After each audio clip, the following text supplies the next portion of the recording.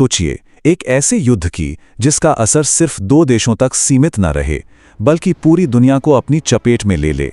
आज हम यही समझने वाले हैं कि कैसे भारत और पाकिस्तान के बीच एक छोटा सा संघर्ष भी एक भयानक वैश्विक तबाही की वजह बन सकता है। ये जो नंबर आप देख रहे हैं, ये सिर्फ एक आंकड़ा नहीं है, ये 12.5 करोड़ जाने हैं। भारत और पाकिस्तान के बीच अगर परमाणु युद्ध छिड़ जाता है तो ये वो लोग हैं जिनकी तुरंत मौत हो सकती है। लेकिन ये तो बस तबाही की शुरुआत होगी। तो आखिर इतनी बड़ी तबाही की आशंका बनती क्यों है? इसकी जड़ में है एक बहुत ही बुनियादी और खतरनाक अंतर। ये अंतर जुड़ा है दोनों देशों के परमाणु हथियारों को इस्तेमाल करने के तरीके से। देखिए, यहीं पर इस स्थिति की असल अस्थिरता छिपी है। एक तरफ भारत है जिसकी पॉलिसी है नो फर्स्ट यूज, यानी हम पहले परमाणु हमला नहीं करेंगे, हम तभी जवाब देंगे जब हम पर कोई हमला करेगा। दूसरी तरफ है पाकिस्तान, जिसने ऐसा कोई वादा नहीं किया है। तो इसका सीधा सा मतलब यह है कि पाकिस्तान के लिए न्यूक्लियर बटन दबाने की दहलीज काफी नीचे है। उसे अगर पारंपरिक युद्ध में भी हारने का डर सताने लगा तो वो परमाणु हथियार इस्तेमाल कर सकता है। और यही वो बात है जो एक छोटी सी झड़प को भी परमाणु युद्ध में बदल सकती है। और ये तनाव सिर्फ सरहदों का नहीं है, पानी जैसे जरूरी संसाधन भी इसकी जड़ में है। सिंधु जल संधि जैसे समझौते तो हैं, लेकिन इन पर कंट्रोल को लेकर अगर कोई बड़ा विवाद खड़ा हो जाए तो वो भी एक चिंगारी का काम कर सकता है, जो इस पूरे बारूद के ढेर में आग लगा दे। तो सवाल ये उठता है कि एक आम झड़प एक परमाणु तबाही तक पहुंचती कैसे है? इसे समझने के लिए हमें तनाव की सीढ़ी या एस्केलेशन लैडर को देखना होगा। ये तस्वीर दिखाती है कि तनाव कैसे बिल्कुल एक सीढ़ी की तरह ऊपर चढ़ता है। सबसे निचले पायदान पर होते हैं छोटे मोटे संघर्ष, जैसे बॉर्डर पर फायरिंग। अगर हालात बिगड़ते हैं तो दोनों देश सीढ़ी पर ऊपर चढ़कर एक पारंपरिक युद्ध शुरू कर सकते हैं। लेकिन पाकिस्तान की फर्स्ट यूज नीति की वजह से पारंपरिक युद्ध के दौरान ही परमाणु हमले का खतरा पैदा हो जाता है, जो इस सीढ़ी का सबसे आखिरी और सबसे खतरनाक पायदान है। ये सब शुरू होता है इस सीढ़ी के पहले पायदान से।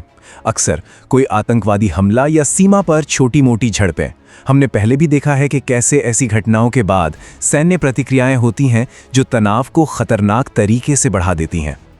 लेकिन अगर तनाव और बढ़ा तो फिर बात सिर्फ छोटी मोटी झड़पों पर नहीं रुकती। इसके बाद दोनों देश अपनी पूरी सैन्य ताकत मैदान में उतार सकते हैं। टैंक, लड़ाकू विमान, नौसेना के जहाज, और फिर एक फुल स्केल पारंपरिक युद्ध छिड़ सकता है। और यहीं पर आकर स्थिति सबसे ज्यादा नाजुक और खतरनाक हो जाती है, क्योंकि पाकिस्तान की फर्स्ट यूज नीति है वो पारंपरिक युद्ध में भी परमाणु हथियार इस्तेमाल करने का फैसला ले सकता है। यही वो दहलीज है जिसे पार करते ही एक क्षेत्रीय संघर्ष एक भयानक परमाणु तबाही में बदल जाएगा। अगर ये परमाणु दहलीज पार हो गई तो दुनिया पर इसका पहला असर रेडिएशन से नहीं होगा, बल्कि इसका असर होगा एक जबरदस्त आर्थिक भूचाल के तौर पर। जैसे ही जंग की खबर फैलेगी, दुनिया भर के बाजारों में एक दहशत सी मच जाएगी।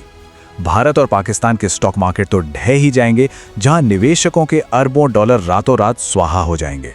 और इससे एक वैश्विक आर्थिक मंदी का खतरा पैदा हो जाएगा। और ये मत समझिए कि यह संघर्ष सिर्फ भारत और पाकिस्तान तक ही रहेगा। अमेरिका, ब्रिटेन और चीन जैसी दुनिया की बड़ी आर्थिक ताकतें इस इलाके की बड़ी ट्रेड पार्टनर हैं।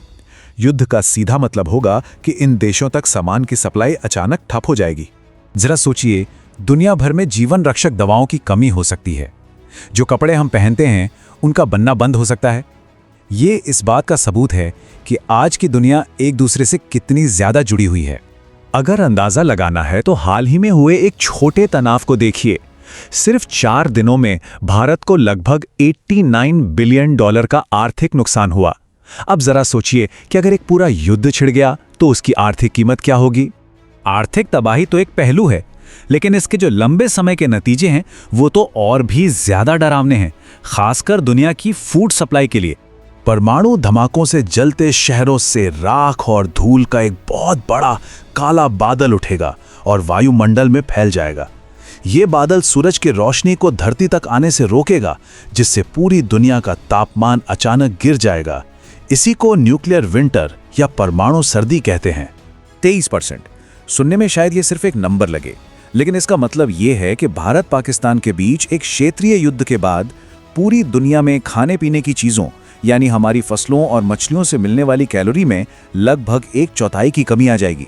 खाने की इतनी बड़ी कमी का सीधा नतीजा होगा एक वैश्विक अकाल, और इससे 2 अरब से ज्यादा लोग, 2 अरब, भूखमरी की कगार पर आ जाएंगे।